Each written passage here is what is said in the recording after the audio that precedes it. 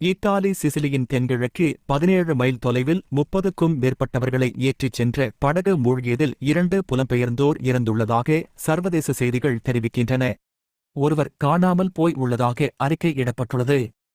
இந்த சம்பவம் சனிக்கிழமை இடம்பெற்றுள்ளதாக கூறப்படுகிறது. குறித்த படகிலிருந்து 34 பேர் காப்பாற்றப்பட்டுள்ளனர். படகில் இருந்த குடியேற்றவாசிகள் சிரியா, எகிப்து மற்றும் வங்காள தேசத்தைச் சேர்ந்தவர்கள் என தெரிவிக்கப்பட்டுள்ளது.